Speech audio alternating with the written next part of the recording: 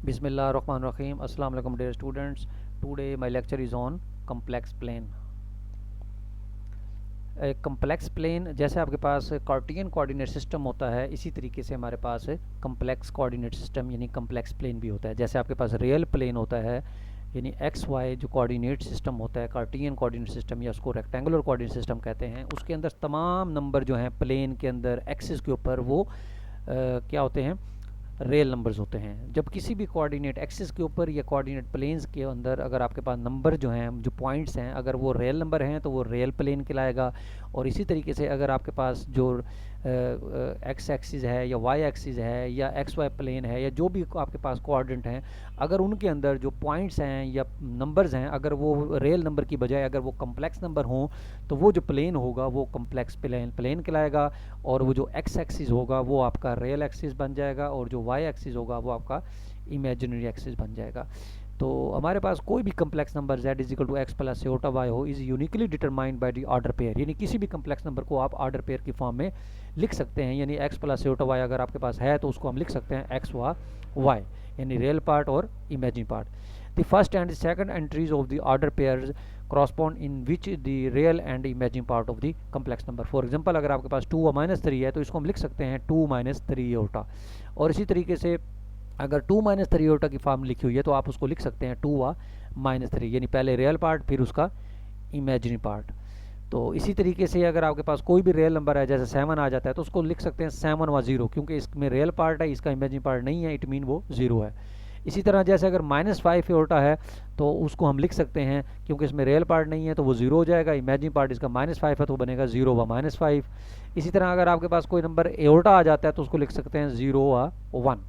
तो in the manner we are able to associate the complex number with the point x y in the coordinate plane, यानी हम किसी भी complex number को coordinate plane के साथ एसोसिएट कर सकते हैं। उसके बाद हम देखते हैं कम्प्लेक्स प्लेन। अभी जैसे मैंने बताया कि अगर आपके पास ऐसा प्लेन है जो कार्टियन प्लेन है आपके पास रेक्टेंगुलर सिस्टम में, तो अगर उसमें अगर आपके पास जो पॉइंट हैं अगर वो कम्प्लेक्स नंबर को रिप्रेजेंट कर रहे हैं तो इट मीन यानी सारे पॉइंट कम्प्लेक्स नंबर हैं, तो आपके पास जो एक्स एक्सिस है वो रियल एक्सिस कहलाएगा और जो वाई एक्सिस है वो इमेजिन एक्सिस कहलाएगा और जो प्लेन है वो कम्प्लेक्स प्लेन कहलाएगा। तो because of the correspondence between the complex number and one and only one point x y, यानी किसी भी कम्प्लेक्स नंबर और उसके पॉइंट के दरमियान रिलेशन जो है in coordinate planes, we shall use the term complex number and the point interchangeably. The coordinate plane जो आपके पास होगा, जो फिगर 1.1 के अंदर आपको शो हो रहा है, इसका कम्प्लेक्स प्लेन और सिंपली जेड प्लेन भी कहते हैं, क्योंकि जो जितने भी पॉइंट्स हैं वो आपके पास कम्प्लेक्स नंबर हैं। और जो हॉरिजॉन्टल या एक्स एक्सिस है इसको हम रियल एक्सिस कहेंगे, क्योंकि इसके अंदर एक्स एक्सिस के ऊपर तमाम आपके रियल पार्ट्स होंगे, यानी एक्स के पॉइंट्स होंगे। जो एक्स होगा वो एक्स एक्सिस के ऊपर लोकेट होगा और जो वाई है वो वाई एक्सिस के ऊपर लोकेट होगा, इसलिए क्योंकि वाई इमेजिनरी पार्ट है इसलिए वाई एक्सिस को हम इमेजिनरी एक्सिस कहते हैं और एक्स एक्सिस को हम रियल एक्सिस कहते हैं।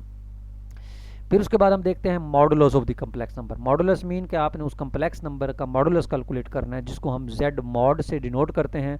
और इसका फार्मूला क्या होगा और डिफाइन कैसे होगा कि इसका जो रियल पार्ट है उसका स्क्वायर लेना है, फिर प्लस उसके इमेजिन पार्ट का स्क्वायर लेना है और फिर स्क्वायर रूट ले लेना है। और इसका मतलब क्या होगा इसके मॉडुलस का, किसी भी कम्प्लेक्स नंबर का मॉडुलस फाइंड करने का मतलब है या उसकी एब्सोल्यूट वैल्यू फाइंड करने का मतलब है कि आप उसके कम्प्लेक्स नंबर का जो पॉइंट है जेड प्लेन के अंदर और जो ओरिजिन होता है, आप उस कम्प्लेक्स नंबर का उस पॉइंट का और ओरिजिन के बिटवीन डिस्टेंस कैलकुलेट कर रहे हैं। इट मीन कि आप मॉडुलस कैलकुलेट कर रहे हैं, इसका मतलब है उस पॉइंट का आप ना एक्स व वाई जो है ये पॉइंट, इस पॉइंट का आप ओरिजिन से डिस्टेंस कैलकुलेट किया अगर आपने इसका मॉडुलस कैलकुलेट किया। तो मॉडुलस कैलकुलेट करने का बहुत इजी सा तरीका है।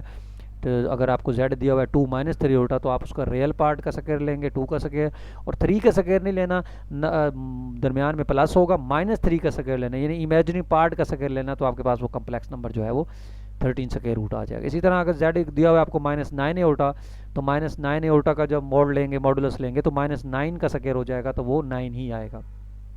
तो ये कम्प्लेक्स नंबर का मॉडुलस। इसी तरीके से मॉडुलस की प्रॉपर्टीज़ भी होती हैं कि जब आप किसी भी कम्प्लेक्स नंबर को उसके कॉन्जुगेट से मल्टीप्लाई करते हैं तो देखें वो हमारे पास x square plus y square आया था जो कि जेड मॉड के स्क्वायर के बराबर होता है। इसका मतलब है जेड मॉड स्क्वायर जो है वो बराबर होता है जेड इंटू जेड कॉन्जुगेट, तो यहाँ से जेड मॉड हासिल हो जाएगा जेड इंटू जेड कॉन्जुगेट का स्क्वायर रूट। इसी तरह दो कम्प्लेक्स नंबर अगर मल्टीप्लाई हो रहे हैं या डिवाइड हो रहे हैं तो उनके कॉन्जुगेट जो हैं वो अलग अलग हो जाएंगे, यानी जैसे कॉन्जुगेट अलग अलग होते हैं इसी तरह उनके मॉडुलस जो हैं वो भी उनके अलग अलग हो जाएंगे।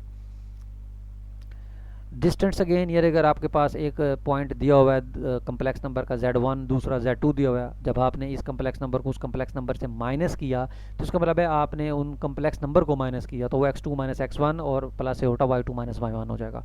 तो जब आप इसका मॉडुलस फाइंड करेंगे तो वो आपके पास उन दो पॉइंट्स के बिटवीन डिस्टेंस फार्मूला जो है वो कैलकुलेट हो जाएगा।